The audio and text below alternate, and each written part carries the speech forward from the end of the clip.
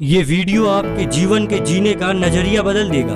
एक बहुत ही छोटा राज्य था और वो राज्य चारों तरफ से पानी से घिरा हुआ था और उस छोटे से राज्य के आसपास बहुत बड़े बड़े राज्य थे और वो छोटा सा राज्य हर किसी मामले में इन सभी बड़े बड़े राज्यों से कमजोर था। वो मामला फिर चाहे सैनिकों का हो या फिर ताकत का हो, लेकिन उस छोटे से राज्य का राजा अपनी प्रजा के हर एक दुख और सुख का पूरी तरह से ध्यान रखता था और कुशलता पूर्वक अपना राजपाट संभालता था। लेकिन ये तो इस संसार का कड़वा सच है कि हर एक ताकतवर व्यक्ति अपने आप से कमजोर व्यक्ति को अपना गुलाम बनाना चाहता है। और ऐसा ही हुआ। कुछ बड़े बड़े राज्य के राजाओं ने एक सभा की जिसमें वह उस छोटे से राज्य को गुलाम बनाने की योजना बना रहे थे। तभी उस सभा के बीच में से एक बड़े राज्य का राजा उठा और बोला, उस छोटे से राज्य को गुलाम बनाने की योजना बनाना मूर्खता है।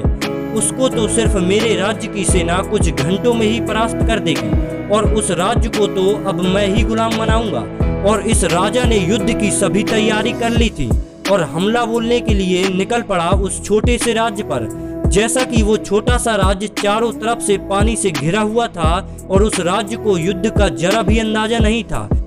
लेकिन अचानक जब उस छोटे से राज्य के सैनिकों ने एक बड़ी और विशाल सेना देखी तो उन्हें कुछ समझ नहीं आया और गिरते भागते अपने राजा के पास आए और राजा से कहा, महाराज, पड़ोसी राज्य ने हमारे राज्य पर चढ़ाई कर दी है और वो अब हमें अपना गुलाम बनाना चाहते हैं।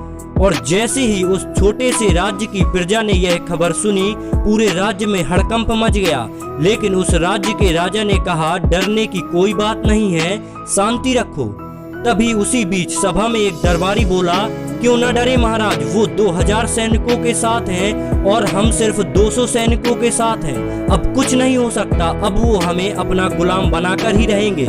लेकिन राजा ने निडर होकर और साहस दिखाते हुए कहा कि जल्द से जल्द सेना तैयार की जाए और युद्ध किया जाए। और दोनों राज्य अपनी अपनी सीमाओं से निकलकर रणभूमि में युद्ध लड़ने लगे। और जैसा कि वो छोटा सा राज्य अपनी 200 सैनिकों के साथ लड़ रहा था, तो हर एक राज्यों की प्रजा को लग रहा था कि उस छोटे से राज्य का हारना तो निश्चित है। लेकिन उस युद्ध में कुछ ऐसा हुआ कि लोगों को यकीन ही नहीं हो रहा था। और हुआ ये कि वो छोटा सा राज्य जिसके पास मात्र 200 सेना थी और सभी रूप से कमजोर था, वो इस युद्ध को जीत गया। और जब आसपास के राज्यों के राजाओं ने और प्रजा ने यह खबर सुनी तो उनके पैरों तले से जमीन खिसक गई और उन्हें यकीन ही नहीं हो रहा था कि आखिर ये कैसे संभव हुआ। लेकिन फिर भी उन्हीं बड़े राज्य के राजाओं में से एक राजा ने घमंड दिखाते हुए बोला, सभी लोग अपनी बकवास बंद करो और अब मैं अपनी सेना लेके जाता हूँ और देखता हूँ आखिर कैसे वो 2 कौड़ी का राजा मुझे युद्ध में परास्त करता है। और वो राजा अपने राज्य की सेना को लेकर युद्ध करने के लिए निकल पड़ा। और फिर से उस छोटे से राज्य के राजा ने अपनी छोटी सी सेना तैयार की और निकल पड़ा युद्ध के लिए रणभूमि में। और 1-2 दिन बहुत ही जबरदस्त युद्ध हुआ और रणभूमि में सब कुछ 1-2 दिन में बदल गया था। चारों तरफ खून ही खून था। लेकिन रणभूमि में सब कुछ बदलने के बाद भी परिणाम नहीं बदला और आखिर में वो ही हुआ जो पिछले युद्ध में हुआ था। उस छोटे से कमजोर राज्य ने युद्ध को जीत लिया। लेकिन अभी भी सभी बड़े बड़े राज्य के राजाओं और प्रजा के मन में बस यही सवाल था कि ये कैसे संभव है कि एक छोटा सा राज्य जिसके पास मात्र 200 सैनिक हों और दूसरी तरफ 2000 सैनिकों को कैसे कोई राज्य परास्त करके युद्ध जीत सकता है।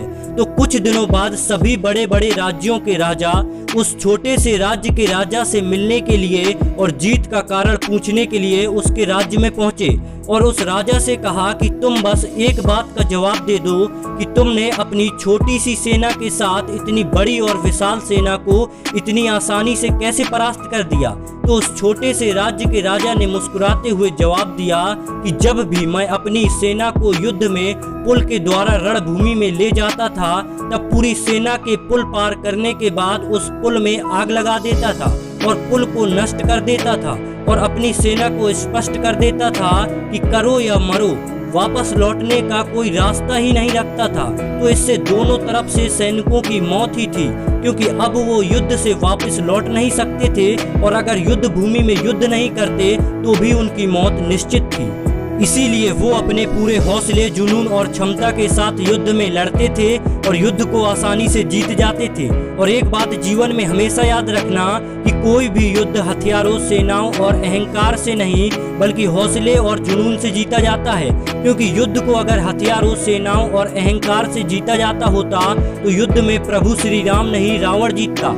जैसा कि उस छोटे से राज्य के राजा ने अपने सैनिकों के पीछे हटने के सभी रास्ते बंद कर दिए थे और आसानी से युद्ध को जीत लिया था अपनी छोटी सी सेना के साथ, इसी प्रकार से तुम्हारी जिंदगी भी है कि जब तुम्हारे पास वापस लौटने का कोई रास्ता नहीं होता और पीछे खोने के लिए कुछ ना बचा हो, सब कुछ दांव पे लगा हो, यहाँ तक कि तुम्हारी जिंदगी, तब उस दिन इस संसार में तुम सब कुछ हासिल कर लोगे जो ये सारी दुनिया हासिल करने में असमर्थ है।